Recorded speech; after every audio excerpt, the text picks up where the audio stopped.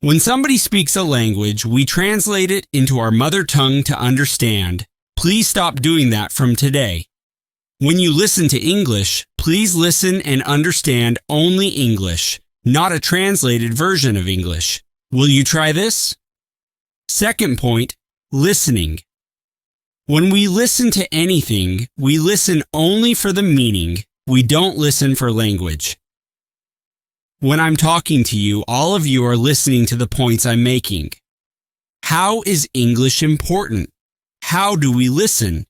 You can understand the meaning, but the meaning is not important for improvement. For improvement, what is important is language.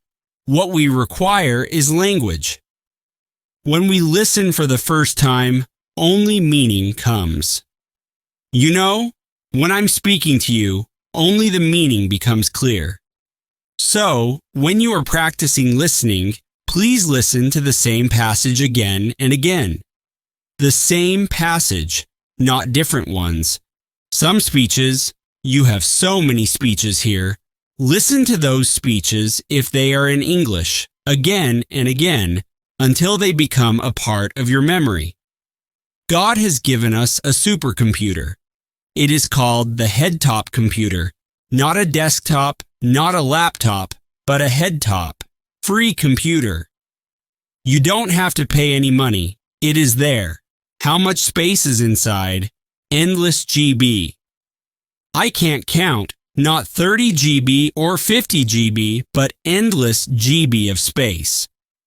In that space, there are many files that you can create for English. Now you start creating some files for English listening. You keep one file named English Listening. Listen every day and store it in your mind by listening again and again. These days, we have so much technology. 10 years ago, we didn't have so much.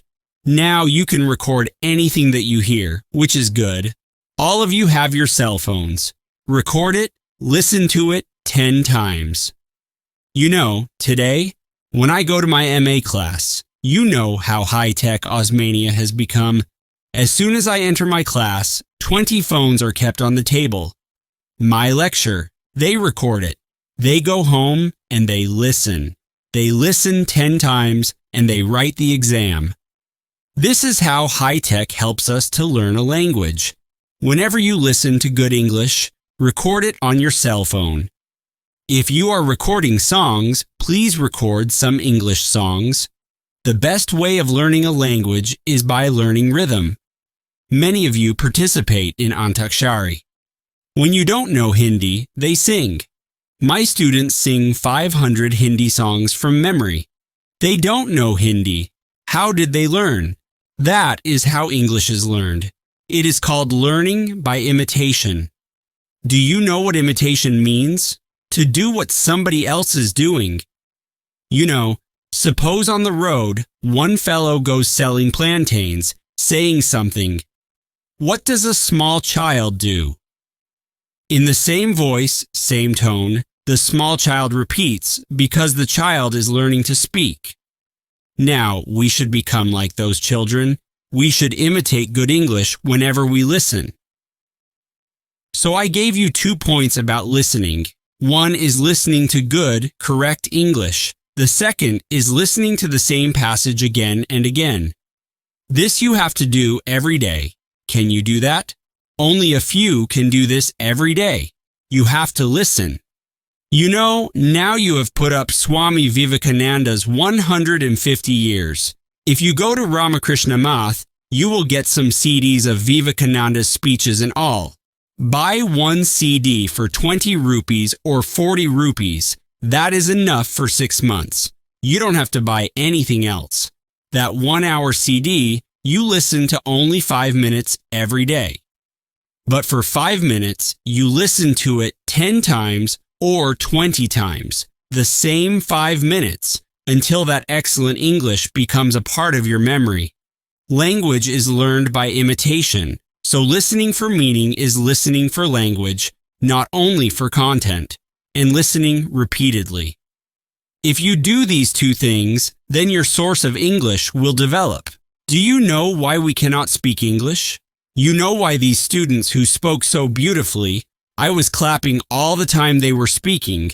Why could they speak so well, but not in English? There are only two reasons. One is they never practiced English.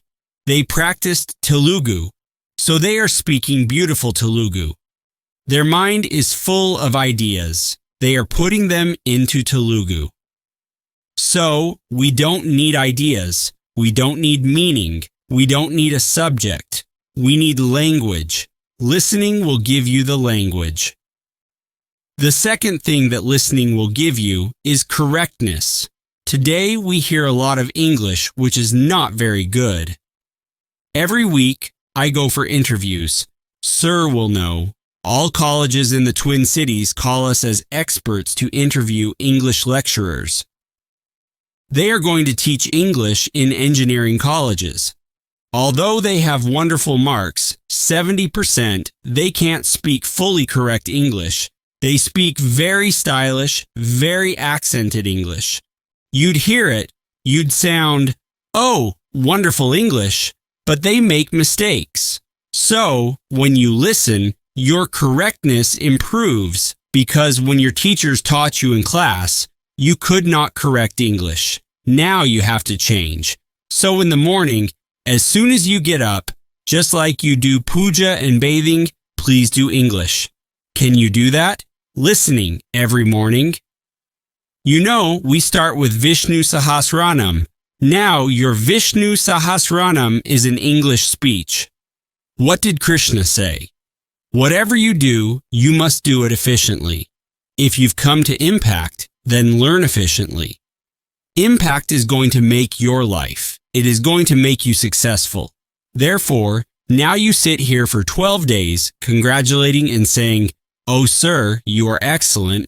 Then you go home and forget. You forget impact, everything, and no impact comes. Don't be like that. Starting from the 13th of May, you start 1 hour of practice. Listening to good English, listening repeatedly, and listening for improvement. When you listen, your English becomes better. This is called a foundation skill. Foundation, you know, if you want a big building, you need a foundation. So for your communication, listening is the foundation. Now, one more foundation is there, and that is reading. Are you not reading English all your life? Is there anybody who does not know ABCD? All of you know the English alphabet, yes or no? Then how is it that we don't read anything? Whenever you are asked, you know, what do you see outside? Many posters are there. How many of you read those posters in 8 days? Whenever print comes, our eyes keep glossing over. We don't see. Don't be like that. Read everything that you find. Read everything that is in English. But reading once is not enough. Read repeatedly. Again, I can give you an example of Vivekananda. Have you read anything by Vivekananda? You know, everybody says, "Madam, please give me a dictionary for learning vocabulary." You don't need a dictionary. You read the life of Vivekananda. It is so beautifully written that you will learn vocabulary. You can pass your GRE or GMAT exam if you read that life. It is so beautifully written. 2 volumes are called Life of Vivekananda by Eastern and Western Disciples.